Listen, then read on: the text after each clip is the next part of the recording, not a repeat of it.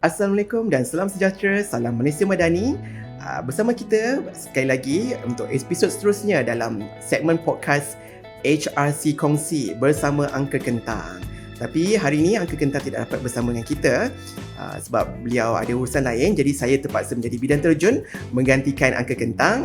Saya selaku pegawai pengurusan awam untuk Hospital Rehabilitasi Ceras Muhammad Mihrab bin Zain Azman, atau boleh panggil sebagai Baby Potato. Tak adalah, gurau je.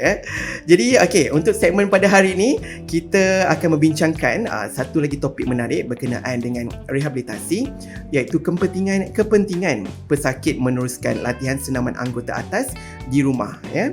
Jadi kita nak sembang berkenaan dengan orang cakap pesakit stroke ni yang ramai orang pandang ringan, ya, latihan senaman untuk anggota atas selepas stroke. Ramai pesakit bila dah balik rumah, dah boleh makan sikit, boleh duduk, terus rasa macam dah cukup. Tapi sebenarnya, kalau tak teruskan senaman, tangan boleh jadi keras balik.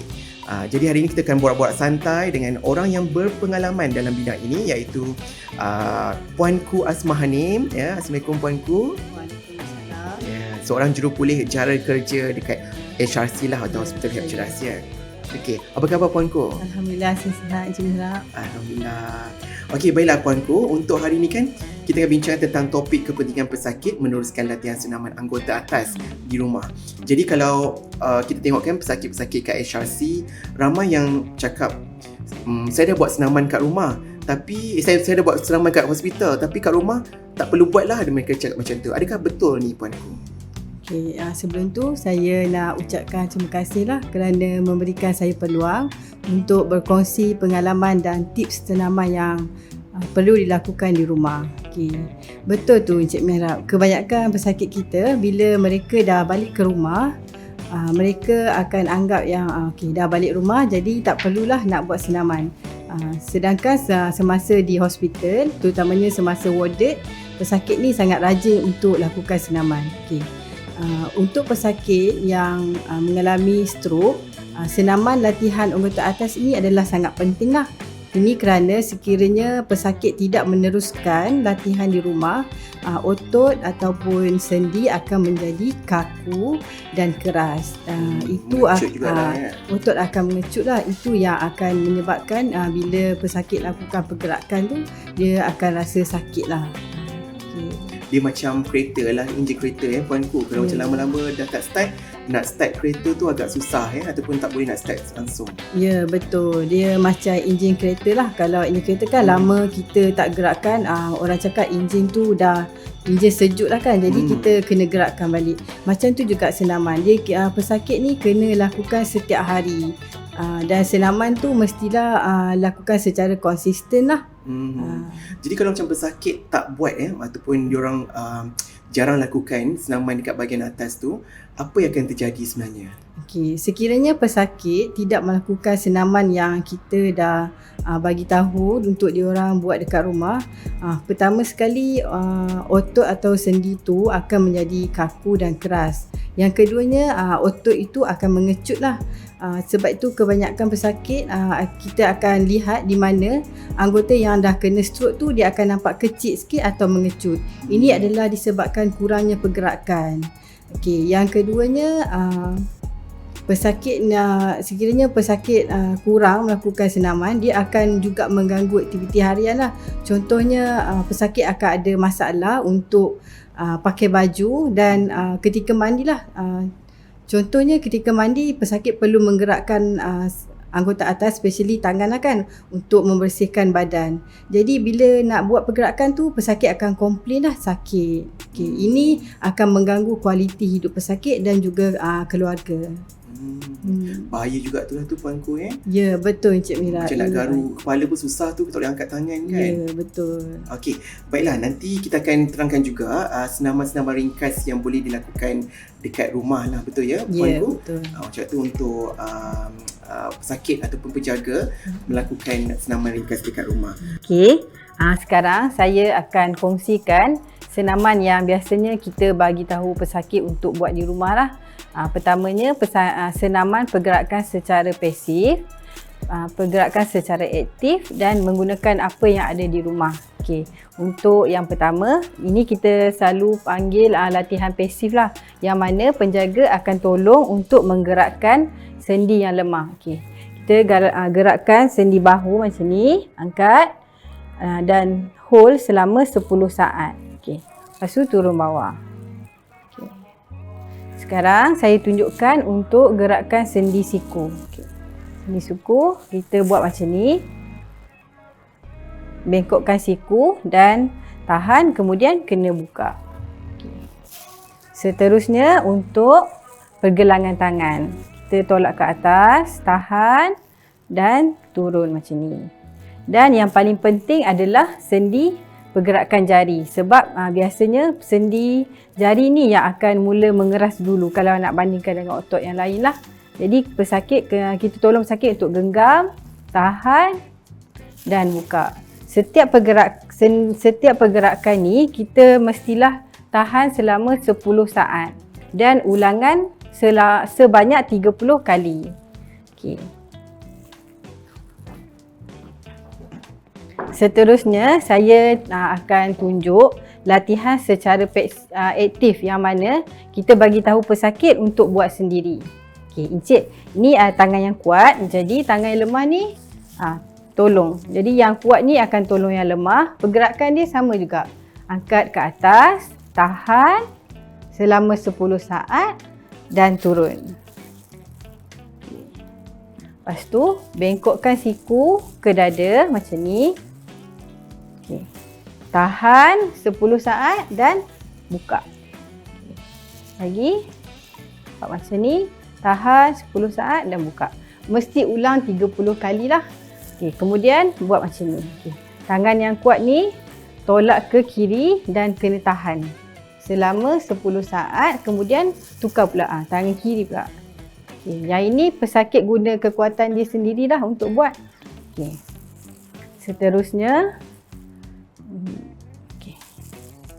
Seterusnya, kita minta untuk pesakit. Okay, Encik buka ni. Kita buat yang ni pula. Encik tolak macam ni. Tolak macam ni, tahan 10 saat dan lepas. Okay. Kemudian turun bawah pula. Macam ni. Okay. Jadi penjaga boleh tolong untuk support kat sini lah. Okay.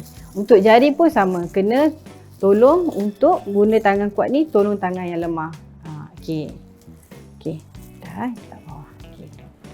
Selain tu, kita juga akan bagi tahu pesakit lah untuk guna apa je barang yang ada dekat rumah, contoh tuala, cawan atau botol lah yang paling mudah. Botol kecil macam ni, guna tangan yang lemah ni untuk pegang dan tangan kuat akan sampai.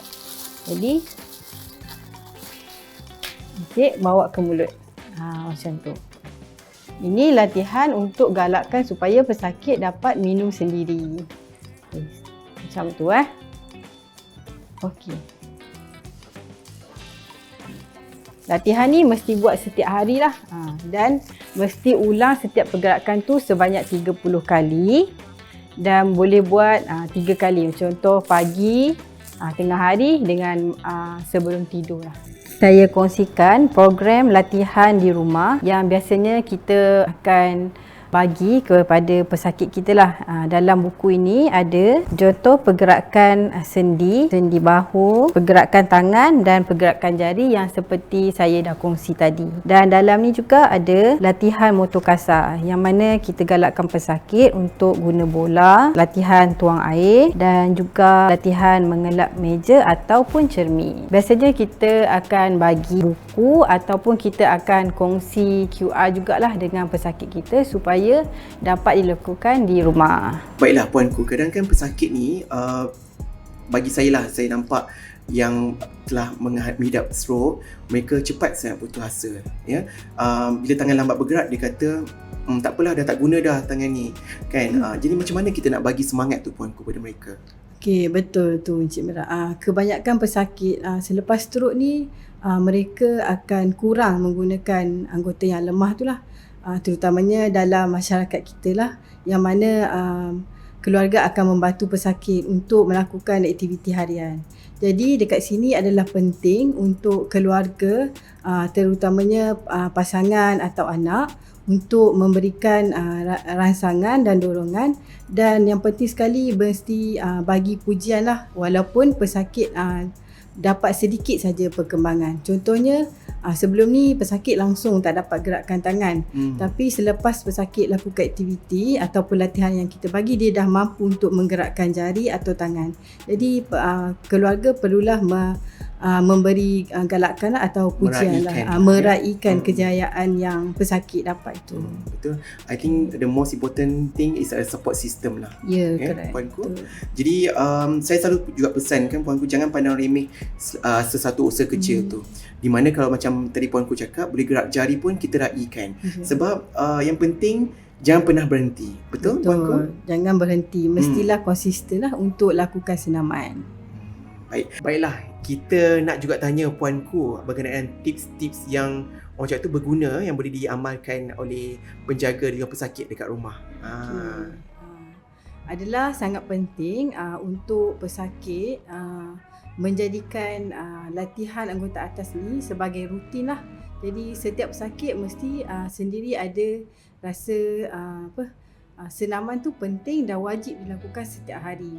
Jadi kena buat senaman ni setiap hari.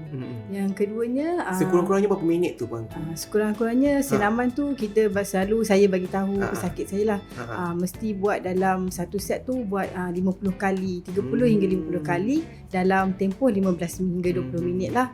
Dan penting jugalah untuk pesakit ni rehat. Kalau kata rasa sakit atau penat, rehat dulu. Dan continue. Kita nakkan kualiti pergerakan tu kan. Bukanlah kita nakkan kuantiti berapa kiraan, tapi kita nak kualiti pergerakan. Okey, yang kedua, kita galakkan jugalah pesakit untuk record video dia buat senaman. Jadi daripada video tu pesakit dan ahli keluarga dapat tengok perkembangan yang dia dah capai. Okey, itu yang penting kita nak raikan lah apa yang dia dah achieve. Okey. Yang ketiga, pesakit dan keluarga ni mesti ada satu habit lah, yang mana setiap kali nak buat aktiviti harian, contoh makan, pakai baju ke kan, kita galakkan pesakit untuk pegang. Contoh pesakit boleh gunakan tangan yang lemah, dalam masa yang sama tangan yang kuat tu akan sokong dan pegang cawan untuk bawa ke mulut untuk minum lah Encik Mira. Faham. Okay, menarik. Okay, yang paling penting sekali lah, pesakit ni saya selalu bagi tahu pesakit lah, saya akan cakap kat pesakit kena ada disiplin, kena disiplin dan kena konsisten lah. Kena konsisten lah, setiap hari kena buat senaman. Disiplin ni sangat penting. Dalam masa yang sama kena ada sokongan keluarga juga. Yang penting tu objektif nak capai tu kan. Setengah pesakit kadang-kadang bila dia kena stroke nak terus berjalan. Nak terus berlari tak boleh lah. Macam tu dia step by step lah. Betul. Tak boleh lah kalau daripada terbaring tu tak nak berjalan, tak boleh. Dia kena macam masa kita kecil lah. Daripada baring kita start duduk, berjalan. Dia kena satu-satu. Okay. Yang penting ada objektif dan konsisten untuk setiap hari. Jadi puanku ada pesanan ringkas yang boleh ditujukan kepada penonton sebelum kita akhiri segmen kita pada hari ini. Okey. Pesanan ringkas daripada saya untuk pesakit adalah lakukan aktiviti anggota atas ini sebagai rutin harian, dan adalah penting untuk ahli keluarga jugalah untuk memberi sokongan dan galakan, dan kena raikan setiap kejayaan yang dapat dicapai oleh pesakit. Betul tu. Baiklah, terima kasih banyak-banyak diucapkan oleh puanku. Jadi kita jangan lupa berjumpa untuk episod seterusnya dalam HRC Kongsi bersama Uncle Kentang. Saya Mihrab Zain bersama dengan panel kita puanku. Jumpa lagi pada episod akan datang. Assalamualaikum dan bye-bye. Lambai sikit puanku ni trademark Uncle Kentang.